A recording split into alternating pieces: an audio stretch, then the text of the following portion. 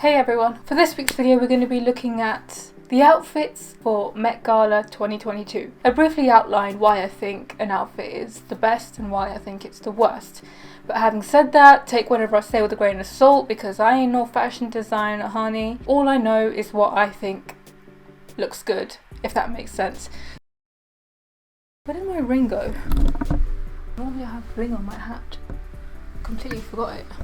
There's always a theme each year and every fashion designer makes amazing pieces of art on the red carpet that I just need to review and see for you today. So that's what's going to happen. So let's just get right on into it. Yeah, so this is her outfit.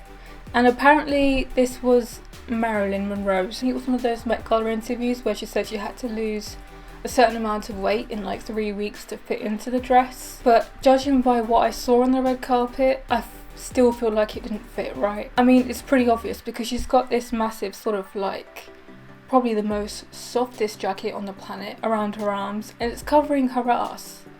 What's a nice way of saying ass? Derriere? Dernier? That's tights. Garnier? That's a brand. I don't even know. Yeah, she's lost a lot of weight to fit in it from the front, but I feel like from the back it definitely does not fit right. I know Marilyn Monroe was curvy, but I wouldn't like to think that she was as curvy as Kim K. I feel like she's hiding the back deliberately because the dress doesn't fit at the back properly. From the front, don't get me wrong, it looks amazing, it looks seamless, looks perfect, but from the back I don't think that's the case because she's literally wearing that blanket around her waist for a reason, and I feel like she might have split the dress or altered it so that it fits her. I still feel like the dress looks amazing. Obviously it wouldn't look as good as Marilyn Monroe in the dress for sure because dresses for Marilyn Monroe were tailored to fit her size. I'm going to have to admit, Megan Thee Stallion is probably the only person I look forward to seeing on the red carpet because she slays every single time. Even if she's like in a bad dress, she's going to make it look good and she's going to make it look outstanding because it's just the way you pose for pictures as well. Like some people just can't and other people just can, and Megan Thee Stallion definitely can. I absolutely love it. She looks like a golden phoenix ready to take off and she looks amazing. I love that the eyeshadow, the jewellery, the heels match the gold tint of her dress. I wouldn't give it a 10, I'd probably give it an 8 out of 10 at most. Okay, Lizzo. I love anything with black and gold. Actually, yeah, I do. I don't think I've ever come across a black and gold dress that I did not like. I would say work it, honey. But she low-key looks like Hagrid from Harry Potter. Okay, next one is Gigi Hadid. The cape that she's wearing over the top replicates the stairs on the red carpet, which I love, but it's low-key triggering my trypophobia. I can't look at it for too long without me going ooh. She also looks kind of like a villain with a deep red colour and the ice cold skin. Okay. Kourtney Kardashian. Do you know when an outfit is just so bad it's actually insulting? Who's the designer for this dress? Thom Browne looks. There is no way a well-known fashion designer is gonna have Kourtney Kardashian represent a design like that for the Met Gala.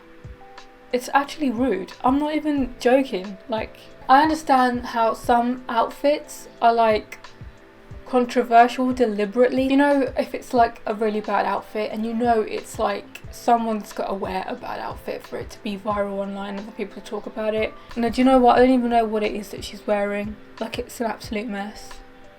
Like, I can't even tell if that's like a skirt or a dress or a top and a bottom. I have no idea. Okay, so if you haven't watched Bridgerton and you're watching this video right now with plans to watch Bridgerton eventually, I'm going to spoil it a little bit. If you don't want to hear the spoiler, continue on to the next celebrity that I talk about.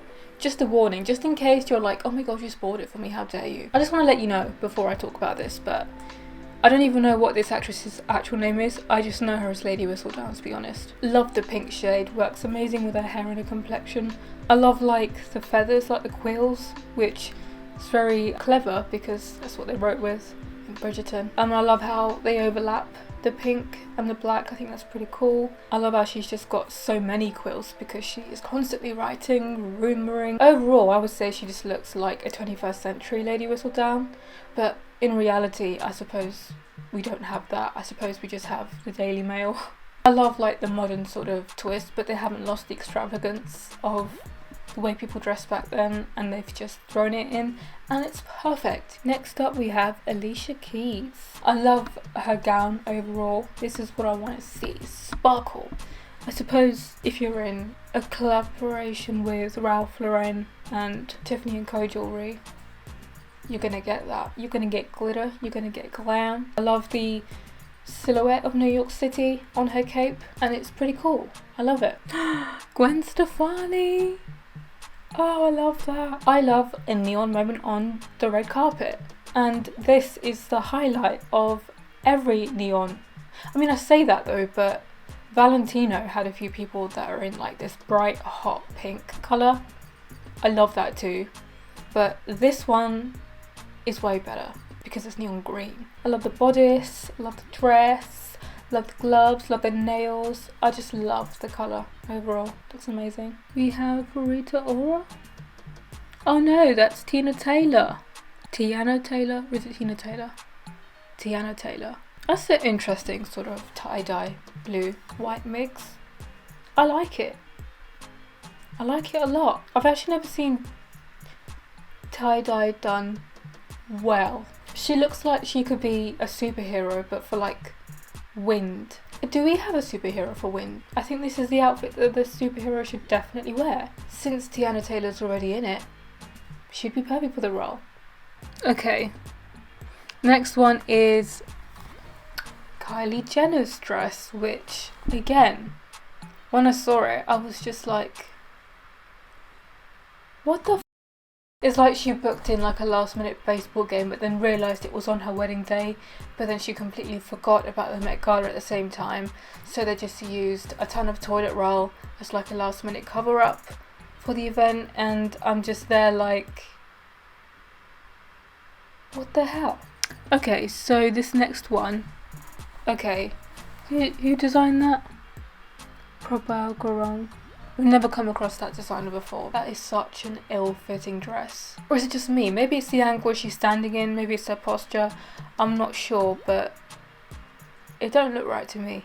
Because that dress just looks like it's 2 sizes too big for her. Or maybe it's just the design of the dress, I'm not too sure. The cape behind her Bardo sleeves, it's pulling the Bardo sleeves down. If there's any sort of pulling in a design, it's gonna mess up the shape of the dress overall. Unless it's a separate cape, which would make more sense. Like the Alicia Keys one. If you really want a veil or a cape attached to the dress, you might want to choose a lighter fabric. That might be already light. Maybe it's just the way that the people behind have positioned it, kind of like pull their back a bit as well. The inside of the cape, you can see it needs a bit of a steam. Like there's a lot of creasing. I don't want to see creases on the red carpet. Who is this? Anok in Michael Kors. I actually love this. This is like one of, I say this is probably the first I've seen with a mixture of different fabrics going on, but them actually complementing each other perfectly. Like the sequins from the dress and the leather gloves, they actually work, and it looks amazing. You know when you're on the red carpet there's going to be so many flashing lights.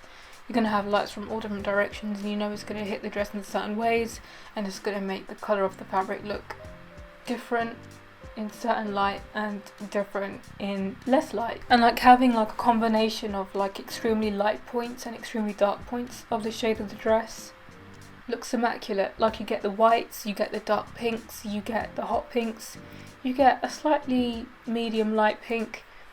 It just looks spotless. It just makes the whole gown look so much more glowy, and the light hitting her skin and you seeing those light spots of the dress on her skin, on her shoulders, on her face.